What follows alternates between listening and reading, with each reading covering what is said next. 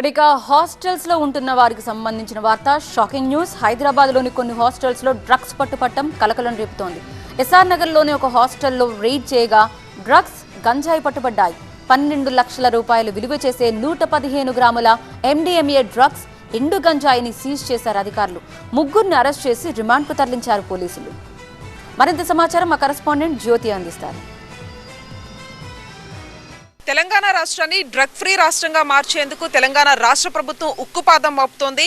Pubs, విద్యా సంస్థలు, apartments, hostels అని తేడా లేకుండా తనిఖీలను క్షుణ్ణంగా చేస్తుంది. ఈ నేపథ్యంలో ఎస్ఆర్ నగర్లో ఉన్నటువంటి వెంకట బాయ్స్ హాస్టల్లో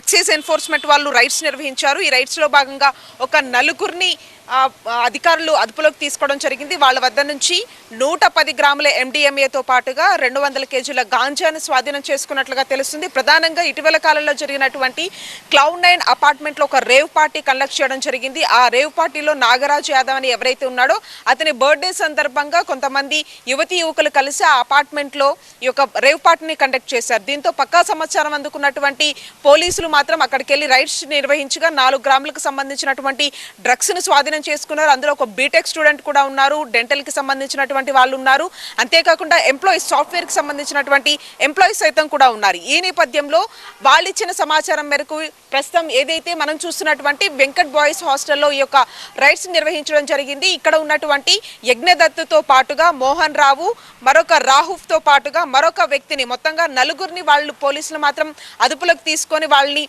తీసుకొని వెళ్ళడం జరిగింది. వీళ్ళకి ప్రధానంగా బెంగళూరు నుంచి యొక్క డ్రగ్స్ అనేది సరఫరా అవుతున్నట్టుగా అధికారులు గుర్తించడం జరిగింది. ఎవరైతే నాగరాజు, అంతేకాకుండా బెంగళూరులో ఎవరైతే రాహుఫ్ అనే వ్యక్తి నైజీరియానికి చెందినటువంటి నెగాన్తో పరిచయం ఉన్నట్టుగా తెలుస్తుంది. అతను ఇచ్చినటువంటి నెగాన్ ఎవరైతే ఉన్నాడో అతను డ్రగ్స్ ని యొక్క రాహుఫ్కి ఇస్తున్నాడు. ఆ రాహుఫ్ ఇక్కడ ఉన్నటువంటి ఈ బాయ్స్ హాస్టల్కి కొంతమంది సప్లయర్స్ గా ఉన్నారు. వాళ్ళు కూడా గతంలో డ్రగ్స్ సేవించినటువంటి వాళ్ళుగా కూడా పోలీసులు ఐడెంటిఫై చేయడం జరిగింది. వాళ్ళు నాగరాజ్ యాదవ్ ఎవరైతే ఉన్నాడో అతను రేవ్ పార్టీని ఆ Cloud9లో చేయడం జరిగింది. దాంట్లో దాదాపు 20 నుంచి 20 పైగా కూడా యువతి యువకులు అటెండ్ అయ్యారు ఆ పార్టీకి. క్యా బోలా, క్యా పూछ रहा आपको?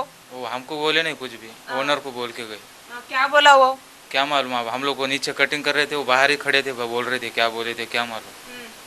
बाहर के बाहर ही काहे को आया पुलिस वाला? क्या मालूम हो काय को आए थे.